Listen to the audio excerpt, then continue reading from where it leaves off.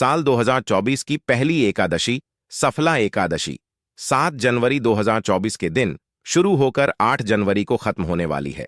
साल की पहली एकादशी के दिन किया गया उपाय साल भर पैसा बरसाने के लिए काफी है। सफला एकादशी के दिन चुपचाप गाय को खिला दें। यह एक छोटी सी चीज रोडपति भी होंगे, करोड़पति मिलेंगी, सभी संकटों और कष्टों से मुक्ति, मृत्यु दंड, पितृदोष तुरंत होगा खत्म। पूरे साल आपके घर में भरे रहेंगे, अन्न धन के की आपकी 7 पुष्टि तक करेंगी। रुपयों पैसों पर रात, जी हां दोस्तों, 7 पीढ़ियों तक बैंक बैलेंस बढ़ता चला जाएगा, दहेक दूर हो जाएंगे और सुख आपके पास आ जाएंगे। सुख आपके कदम चूमेंगे यदि आप सफला एकादशी दिन चुप गाय को यह एक छोटी सी चीज खिला देते हैं, जो कि इस वीडियो में हम बताने वाले हैं। जी हां दोस्तों, यकीन मानिए, इस चीज को यदि आप गाय को खिलाते हैं सफला एकादशी के दिन, तो भगवान विष्णु जी और माता लक्ष्मी बहुत प्रसन्न हो जाएगी। आपके जीवन के जो भी दुख, दर्द, संकट, कष्ट है, समस्त दैहिक संकटों से छुटकारा मिल जाएगा। आप यूं कहे, आपके जीवन से तत्काल गरीबी भी समाप्त हो जाएगी, समस्त दुख दूर होकर सुख आपके कदमों में आ जाएगी। इतना सुख संयोग पूरे 500 सालों के बाद बन रहा है। आज आए दशी के इस बार बहुत ही दुर्लभ संयोग में पड़ रही है। यदि आप चाहते हैं कि मान विष्णु जी, माता लक्ष्मी की कृपा आपको हासिल हो, जीवन से तत्काल गरीबी समाप्त हो जाए, पितृदोष दूर हो जाए, तो दोस्तों आज की यह वीडियो आप मिस मत कर देना। बहुत ही महत्वपूर्ण और लाभकारी वीडियो है। पूरे 500 वर्षों के बाद सफला एकादशी के दिन इस बार ऐसा शुभ संयोग बन रहा है जिसमें आपके समस्त दोहक, दर्द, संकट दूर हो जाएगी, मात्र यह एक चीज खिलाने से। गाय को तो दोस्तों कौन सी खास चीज, इस वीडियो के माध्यम से वही बताएंगे। पूरा वीडियो देखना, बहुत ही महत्वपूर्ण वीडियो है आपके लिए, लाभकारी वीडियो है। क्या दोस्तों, वीडियो का सबसे तो आपसे रिक्वेस्ट करते हैं, भगवान विष्णु जी और माता लक्ष्मी के सच्चे भक्त वीडियो को लाइक कर देना और सच्चे दिल से कमेंट्स बॉक्स में जय श्री विष्णु, जय महालक्ष्मी, जय गौ माता जरूर लिखे, जैसे आपकी समस्त मनोकामनाएं पूर्ण हो जाएं। और ज्यादा से ज्यादा वीडियो को अपने दोस्तों में शेयर जरूर करना। आपको बता दें, इस दिन तीर्थ स्नान करना बहुत ही फलदायी समझा गया है। यदि कहीं तीर्थ स्थान पर पवित्र नदी में स्नान करना संभव ना हो तो आप क्या करें, घर पर ही नहाने वाले पानी में गंगा जल की कुछ बूंदें डालकर स्नान कर लें। और साथ ही साथ यदि आप स्नान आदि से निर्वत हो जाएं, सर्वप्रथम तो घर के पूजा स्थान को साफ कर कर वहां पूजा पाठ करें। आप और पितरों के निमित्त तर्पण, पिंड दान, जो आपसे बने अन्न, धन, वस्त्र दान जरूर करें। और नए साल के पहले दिन दान करने से सभी मनोकामनाएं पूर्ण हो जाती हैं। नए साल के पहले दिन विशेषकर पूर्वजों की पूजन के लिए बहुत ही शुभ फलदायी समझा गया है। नए साल के दिन और इस दिन समझा जाता है, अर्पण पिंड दान करने से पूर्वजों की आत्मा को शांति मिलती है और उनको मोक्ष मिलता है। और आपको बता दें, इस बार जो इस दिन पितृ पूजा के साथ साथ हनुमान जी, मंगल देवता और भगवान शनि देव की भी पूजा जरूर करनी चाहिए। आपको बता दें कि इस दिन यदि आप हनुमान जी और मंगल देवता, भगवान शनि देव की पूजा करते हैं तो मंगल का ग्रह जनित दोष भी दूर हो जाता है। मानव के जीवन में धन, सुख, संपत्ति की प्राप्ति हो जाती है, समस्त मनोकामना मानव की पूर्ण हो जाती है। और दोस्तों साथ ही साथ अब बात करें, आपको दिन, मतलब ये जो नए साल का दिन है, इस दिन आपको उपाय तो जरूर करना है। गाय का उपाय बताने से पहले एक उपाय आपको बता दें, इस उपाय को जरूर करें।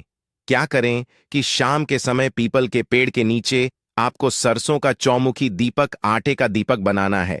चौमुखी, उसमें आपको कलावे की बाती लगाकर सरसों के तेल का दीपक जला देना है। आटे का तक बनाएं, चौमुखी तेल डालें, उसमें बाती डालें, लाल वाली कलावे की दीपक जला दें। 4-4 बाती लगाकर चारों दीपक, मतलब 4 भाग उसके बन जाए। हर एक भाग को जलाएं और बीच में 2 साबुत फूल वाले लौंग भी डाल दें। फिर कैसे चमत्कार आपके जीवन में होता है, शाम के समय जलाकर उसे छोड़े, मनोकामना मानकर। दोस्तों 21 दिनों के अंदर आपकी वह मनोकामना पूर्ण ना हो जाए तो हमें बता देना। बहुत ही प्रभावशाली उपाय बताया मैंने आपको, बहुत ही दुर्लभ से युग में है, इस बार वशियार करें। मंगलवारी उपाय बताया है, बहुत ही आपको लाभ देगा यह उपाय। और अब बात करें से जुड़े कौन कौन से उपाय आपको इस दिन मतलब से जुड़े, जिन्हें करने से मानव को 7 पीढ़ियों तक बैंक बैलेंस की कमी नहीं होती, दुख, दर्द, संकट का दूर हो जाते हैं और सभी सुख मानव के कदमों में आ जाते हैं। कदम चूमते हैं, सभी सुख और घर में अन्न धन के भंडार सदैव भरे रहते हैं। कोई कमी नहीं होती। किसी तरह कौन कौन से उपाय ध्यान से सुनना, जिस तरह बताएं उसी तरह इन उपायों को आपको करना है। तो चलिए शुरू करते हैं। कौन कौन से गाय से जुड़े उपाय हैं? प्रभावशाली उपाय है जो कि आपकी किस्मत को चमका देंगे, आपको लाभ शुरू करते हैं दोस्तों। सनातन परंपरा में मेन गाय गंगा और गायत्री का बहुत ज्यादा धार्मिक महत्व है। मान्यता है कि गौ माता के शरीर पर 33 कोटि देवी देवताओं का वास होता है। गौ माता की एवं पूजा करने वाले जातक पर इन सभी देवी देवताओं की कृपा बरसती है। गौ सेवा से न सिर्फ इस जन्म के बल्कि पूर्व के भी दोष दूर हो जाते हैं। हर एक सुबह आपके घर में भोजन बनना प्रारंभ हो तो सबसे पहले बनाए गई रोटी को आप गौ माता के नाम से निकाल दें और भोजन करने से पूर्व गौ माता को इस रोटी को खिलाएं। यदि संभव हो तो काली गाय को खिलाएं। यदि काली गाय ना मिले तो सफेद गाय को भी आप खिला सकते हैं। हर एक और मांगलिक काम में गौ माता या उनसे जुड़ी चीजें जैसे गाय का गोबर, गौमूत्र, गाय का दूध अथवा गाय के दूध से बना घी जरूर शामिल करें। इससे आपको पुण्य की प्राप्ति होगी।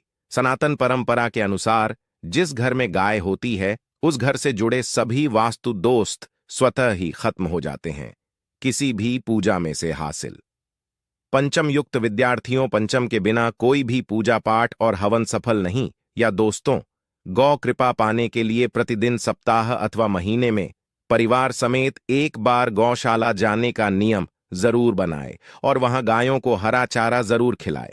इससे आपको फलों की प्राप्ति होगी और साथ ही साथ गौ सेवा और गौ पूजा से 9 ग्रह शांत हो जाते हैं और इनसे जुड़े दोषों का निदान हो जाता है। घर में गौ माता को पानी पिलाए और सर्दी में गौ माता गुड़ जरूर खिलाए। ध्यान रखें कि गर्मियों में गाय को गुड़ ना खिलाएं। अनेक देवी देवताओं को अपने शरीर पर धारण करने वाली गौ माता से जुड़े कई शुभ और अशुभ संकेत भी होते हैं।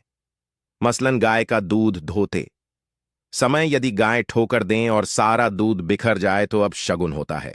यदि कोई यात्रा पर निकल रहा हो और गाय अपने बछड़े को दूध पिलाती सामने आ जाए तो निश्चित रूप से जिस यात्रा के लिए आप निकले हैं वह यात्रा आप जरूर ही सफल होगी और वह जिसके लिए आप निकले हैं वह जरूर ही पूर्ण होगा। यात्रा पर जाते समय बाईं ओर गाय की आवाज आना और रात्रि में गाय की हुंकार करना भी शुभ होता है। दोस्तों, साथ ही साथ गाय के साथ आप भूल कर भी यह काम न करें, अन्यथा मिलता घोर पाप और जीवन भर की परेशानियां। जी हां दोस्तों, गाय को राष्ट्रीय पशु बनाए जाने और इन्हें मौलिक अधिकार दिए जाने की बात हो रही है तो सवाल उठता है, गाय संस्कृत का अहम हिस्सा है, तब भी गाय के साथ लोग खराब व्यवहार कैसे कर लेते हैं? गाय दर दर भटकती रहती है, भरपेट इन्हें चारा तक लोग नहीं देते। गाय जब तक दूध देती रहती है तो उनकी सेवा होती है और जैसे ही दूध देना बंद कर देती है तो लोग इन्हें उनकी पर छोड़ देते हैं सड़कों पर और गलियों में भटकने के लिए। ऐसे में गोवंश जीवों को कोई डंडे मारता है तो कोई उन पर पानी डाल देता है, कभी वाहनों से कर लग जाती है तो कभी बीमार होकर बेचारी यह गाय दम तोड़ देती है। ऐसे में जरूरत है इन बातों को जानने की। गाय को लेकर शास्त्रों में क्या कहा गया है? गाय के साथ आपको कैसा व्यवहार करना चाहिए? क्या दोस्तों, गाय को कभी भी मारना पीटना नहीं चाहिए। शास्त्रों में गाय को माता का दर्जा दिया गया है। गाय को मारने, माता को मारने पीटने वाले के समान पाप का भाग्य समझा जाता है। नर्कलोक में वर्षों तक कष्ट भोगना पड़ता है। अगले जन्म पशु योनि में मिलता है। कथा है कि गौतम मुनि ने गलती से गाय को डंडा मार दिया था जिससे गाय की मृत्यु हो गई थी और इस पाप से मुक्ति के लिए इन्हें वर्षों तक तपस्या करनी पड़ी। भगवान श्री कृष्णा जी ने बैल स्वरूप में आए वृद्धाश्रम का वध कर दिया था जिससे मुक्ति के लिए भगवान श्री कृष्णा को संपूर्ण तीर्थों को एक कुंड में बुलाना पड़ा और इस कुंड स्नान से वह पाप मुक्त हो गए थे। ये दोस्तों साथ ही साथ पानी पी रही गाय को भगाते हैं। वे घोर पापी के भागी बनकर नरक भोगते हैं, ऐसा पुराणों में बताया गया है। जबकि जो लोग गाय के लिए प्याऊ और चार बनवाते हैं वह महाभाग्यवान होते हैं। ऐसे लोग गौर पाप से मुक्त होकर स्वर्ग पा जाते हैं और बड़े ही धनवान कुल में जन्म लेकर सुख भोगते हैं। और साथ ही साथ आराम कर रही गाय को कष्ट देकर कभी भी उठाना नहीं चाहिए। कहते इस स्थान पर गाय बैठी है, वहां से नकारात्मक ऊर्जा खत्म हो जाती है। गाय के बैठने की जगह को जो लोग नियमित साफ रखते हैं, वह जन्म में किए गए जाने अनजाने में पापों से मुक्ति हो जाती है और गोलोक में स्थान पाते हैं। गाय को डंडा मारकर उठाना, पानी डालकर उठाने से मनुष्य पाप का भागी बनता है और अगले जन्म में उसे दर दर भटकना पड़ता है। और साथ ही साथ शास्त्रों में बताया गया है कि यह का उसके बछड़े के लिए होता है। गाय के बछड़े से बचा हुआ दूध ही मनुष्य को लेना चाहिए, परंतु कुछ लोग एक बार गाय को दूध लेने बाद फिर से बछड़े के लिए बचा हुआ दूध भी ढो लेते हैं। ऐसा करना घोर पाप कहा जाता है। ऐसे दूध को दहाने वाला और ग्रहण करने वाला दोनों ही पाप के भागी बन जाते हैं दोस्तों। साथ ही साथ शास्त्रों में कहा गया है कि गोवंश मतलब गाय और बैल के पीठ पर नहीं बैठना चाहिए कि पीठ पर बैठने से महापाप लगता है। ऐसे लोगों को ना की यातना भोगनी पड़ती है। एकमात्र देव के अंश के उत्पन्न नंदी ही गोवंशी है, जिस पर स्वयं महादेव और महादेवी सवारी करती है, क्योंकि नंदी ने स्वयं अपनी इच्छा से महादेव की सवारी बनना स्वीकार किया था। और साथ ही साथ शास्त्रों में गाय के दान को बहुत ही महत्व दिया गया है। परंतु ऐसी गाय का दान कभी नहीं करना चाहिए जो बूढ़ी और बीमार हो। कठोपनिषद में नचिकेता की कथा भी इस संदर्भ में है कि जिस पिता द्वारा बूढ़ी गाय को दान करने पर आपत्ति जताई थी, दूध देने वाली और बछड़े सहित जो लोग गाय का दान करते हैं, वह महान पुण्य को हासिल करके स्वर्ग में स्थान पाते हैं। दोस्तों, साथ ही साथ सूर्य, चंद्र, मंगल या शुक्र की युवती राहु से हो तो पितृदोष होता है। यह भी मान्यता है कि सूर्य का संबंध पिता से एवं मंगल का संबंध रक्त से होने के कारण सूर्य यदि शनि, राहु या केतु के साथ स्थित हो या दृष्टि संबंधी तथा मंगल की युति राहु या केतु से हो तो पितृदोष होता है। इस दोष से जीवन संघर्षमय बन जाता है। यदि पितृदोष हो तो गाय को प्रतिदिन या किसी भी एकादशी को या किसी पूर्णिमा के दिन या अमावस्या या किसी भी खास दिन पर रोटी, गुड़, चारा आदि खिलाने से पितृदोष खत्म जाता है। साथ ही साथ देसी गाय की पीठ पर जो खुद को बड़ होता है वह बृहस्पति गुरु है। अतः जन्म पथरी में यदि बृहस्पति अपनी नीच राशि मकर में हो या अशुभ शिवलिंग में जा रहे हो और सामने से गौ माता आती हुई दिखाई दे तो गौ माता को अपनी ओर से जाने देना चाहिए।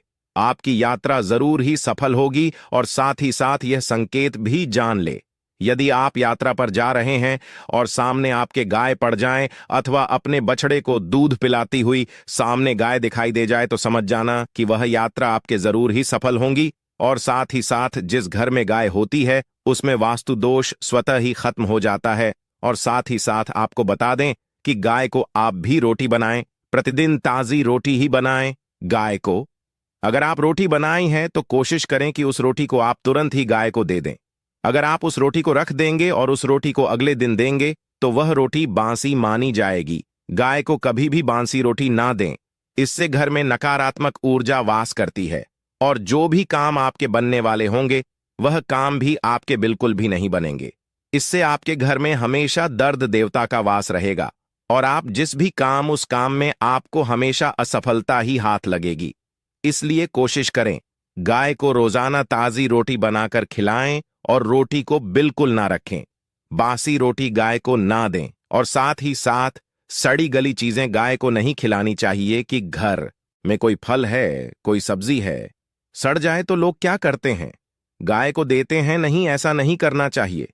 ऐसा करने से यदि आप गाय को खिलाते हैं तो और आप पाप के भागी बन जाते हैं।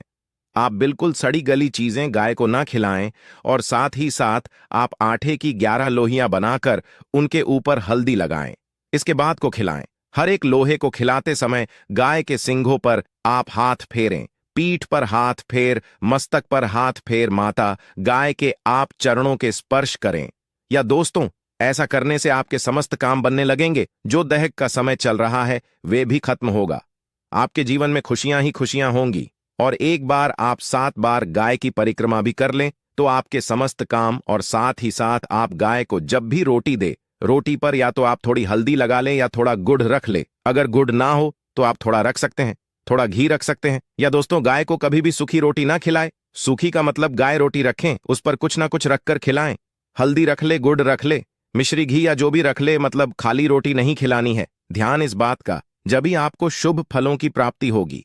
जी हां दोस्तों, यह थे गाय से जुड़े कुछ महत्वपूर्ण उपाय, कुछ बातें जिन्हें आपको ध्यान में जरूर रखना चाहिए। या दोस्तों, वीडियो अच्छी लगी हो, वीडियो को लाइक करें, ज्यादा से ज्यादा अपने दोस्तों में शेयर करें, पर नए हैं तो सब्सक्राइब करें। जय गाय माता अवश्य लिखे।